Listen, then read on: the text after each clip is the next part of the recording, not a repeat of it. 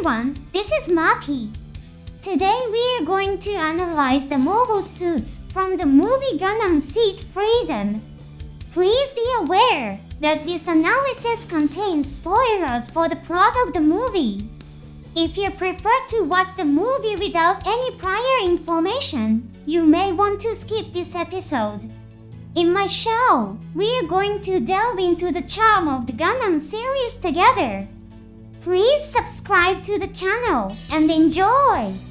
Today, we are going to analyze the mobile suit piloted by Athrun, which surprised many fans. Let's start with the analysis. First, we have the Zugok. This certainly surprised a lot of fans. In Sea Destiny, the mobile suits from the original Gundam appeared in new forms. The Zaku became the Zaku Warrior, the Gelf became the Gelf Ignited, and the Dawn became the Dawn Trooper. In the movie, the Gelgook became the Gelgook Menace, and the Gian became the Gian Storm. Now let's talk about the Zugok. The Zugok is an amphibious mobile suit used by the Zeon military, the enemy faction in the original Gundam. In Seed, it plays a similar role to the Gloom, and so no. The Zugok that appears in Seed Freedom has a unique name. It doesn't have additional names, like Warrior or Menace. It's very unique and interesting. The original Zugok, being an amphibious mobile suit, was not suited for space combat. However, in the early comic version, there was some confusion in the setting and the Zugok was shown in space. There's a joke among fans that the Zugok can fight in space, too. The Zugok in the movie is capable of space combat. Many fans thought maybe this reflects the exploits of the Zugok in the comic version. The design was done by Kunio Okawaro, a veteran of the Gundam series. He was also the designer of the original Zugok based on notes provided by Yoshiyuki Tumino. Inside the Zugok is the Infinite Justice Gundam type, too. Mitsuo Fukuda said in a stage introduction to the movie, designing the Zugok was a challenge. Considering that it stores the Justice Gundam, Mr. Okawara designed it. The initial idea was a design that would make it obvious at first glance that Justice is wearing a big suit of armor. It was a great design considering the structure of model kits and figures. However, with the director's intent in mind, we asked for a redesign to keep the Zugok's original appearance. As a final resistance, Mr. Okawara revealed the Horns of Justice. Perhaps in the early stages, it was depicted similarly to the Gundam Asclepius from a Gundam Wing spin-off. In fact, the current form might be more effective in surprising the audience. Not only the horns, but also the soles of the feet and the rear thrusters show parts of the Justice Gundam. It's only shown briefly in the movie, so those with good eyesight might want to watch carefully. The detailed settings of the Zugok are mostly unknown at this point. However, let's analyze the little information that is available. First, there's the fact that Athrun is affiliated with the secret organization Terminal. Terminal is an organization with information gathering capabilities comparable to national agencies, and it focuses primarily on covert operations. The Justice Gundam is a very famous mobile suit in the Seed world. There was also a significant incident, the Freedom hijacking incident, which took place 6 months before the events of the movie. It would be necessary to hide its existence from the environment. It's not just a matter of hiding it, considering how the Justice Gundam's capabilities could be used in missions might have led to the decision to equip it with an outer armor. The Zugok could be very useful for covert operations. In the movie, it appears in a scene where the traitor Agnes tries to attack the rising Freedom. At that moment, a missile hits the Gian stream. After the explosion, an alarm sounds in the cockpit of the Gian. Surprisingly, Zugok's presence is not detected by the sensors until the explosion occurs. The Gian Storm is the latest mobile suit provided to the campus by the Soft military. The Zugok has features that are undetectable by the sensors of the latest mobile suits. In addition, the Black Knight Squad Shiva, which is present at the scene, also fails to detect the Zugok's approach. It has exceptionally high stealth capabilities. The fact that it's equipped with the wings of the Justice Gundam, which allows it to fly at high speeds, is also a strong feature. It's a powerful device with surprising mechanisms. Who could have designed such a thing? Fans might speculate about a person with extremely high technical skills and the ability to turn outlandish ideas into practical solutions. It's Lo Gao, the protagonist of the Astray spin-off series. He has created similar equipment before. He equipped the Gundam Astray with the armor of a goon, creating an underwater exploration Gundam. It's not just armor. Its importance lies in its stealth capabilities and high combat effectiveness. The fact that it can fight the Shiva of the Black Knight Squad on equal terms is amazing. Athrun's piloting skills are certainly important, but the performance of the Zugok itself is remarkable. The Zugok's armament was officially announced to be missiles and a mega particle cannon. The mega particle cannon is a weapon that appears in the Universal Century shown in the original Gundam. It's a weapon that converts a substance called Minovsky particles into heat energy. Since the particles fly with high heat, they also have the characteristic of spraying high-temperature droplets. The beam cannons in the Seed series are said to fire charged particles or plasma, which is a different mechanism than the Universal Century weapons, which fire particles as high-temperature energy. What exactly is the Zugok's Mega Particle Cannon? It may be a name given for reasons different from those of the Universal Century. The mighty strike Freedom Gundam emits golden or pink particles around itself when it attacks or defends.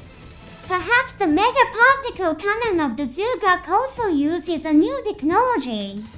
The claws on its arms can be used as heat claws that generate high temperatures. It's a good weapon to use against the Black Knight Squad Shiva, which is equipped with femtotech armor that negates beam weapons. Though details are sketchy, its ability to fight the Black Knight Squad Shiva on equal terms suggests that it is a powerful weapon.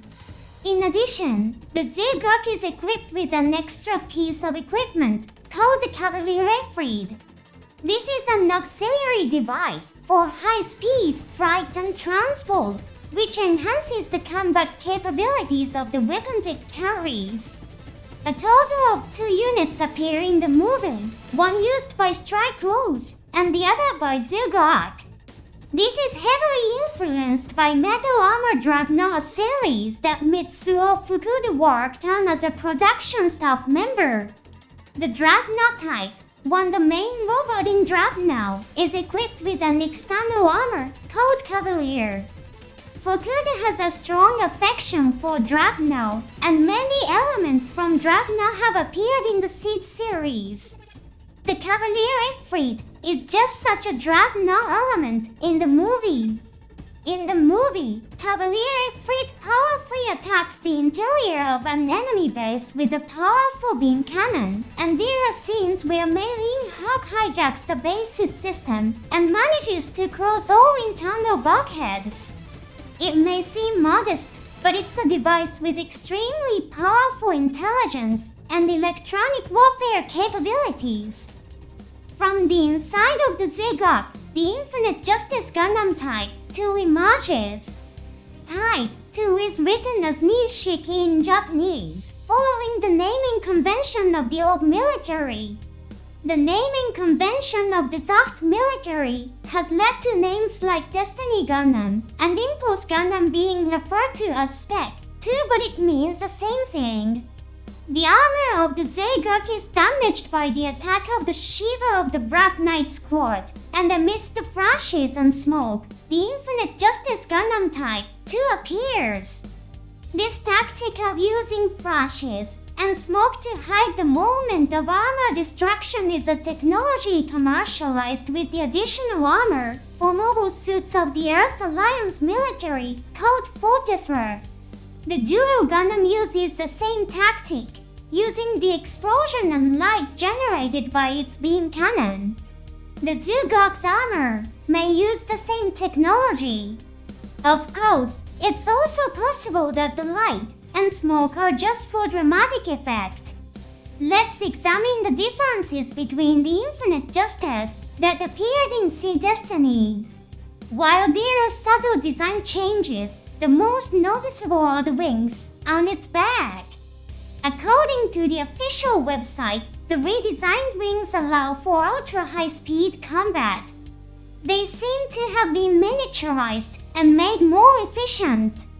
The design of the separated state is also very distinctive, closely resembling the X-Wing from Star Wars. Details about the armament are unknown at this time. Beam cannons and rocket launchers are visible. The wings are also equipped with mechanisms to generate beam sabers. It is unclear if the beam sabers can be generated from the tips of the separated wings. There also appear to be parts on the tips of the wings that resemble beam cannons.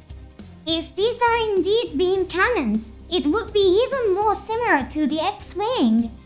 The part of Infinite Justice Gundam Type 2 that surprises fans the most is the head. It became possible to create a powerful beam saber from the horns on the head. The position of the head-mounted Vulcan cannons was also changed. In the Aegis Gundam Justice Gundam and the traditional Infinite Justice Gundam, the Vulcan guns were placed on the cheeks. There is a reason for this. The horn-like parts on the head are known as sensor arrays, which are information processing components that combine multiple sensors. By concentrating the sensors and related components on the top of the head, the Aegis Gundam and Justice Gundam had to move the Vulcan cannons to the cheeks. The Infinite Justice Gundam Type 2 has beam sabers generated from the horns. It's possible that there was a design change to completely abandon the sensor functions and use them only as beam sabers. A mobile suit with a beam saber on its head is reminiscent of the God Triton from Bully Gundam. Additionally, in the spin-off series Astray, a mobile suit piloted by a character named Elijah Kill is equipped with a sword on its head. Elijah is a member of Serpent Tail, which is considered to be one of the strongest mercenary organizations in the Seed world.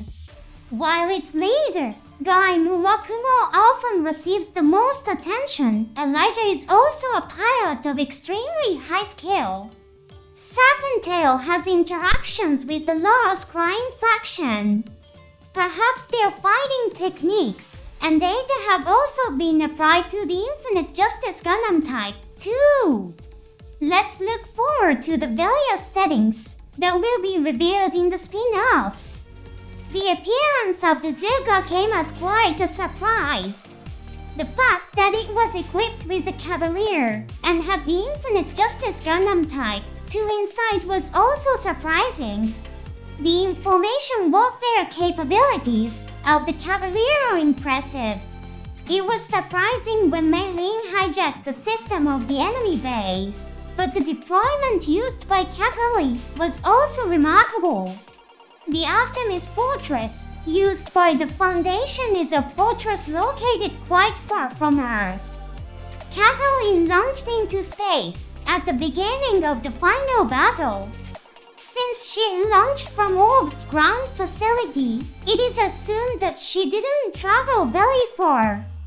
From there, she remotely controlled Athrun's Infinite Justice Gundam type, to which was engaged in battle with Artemis.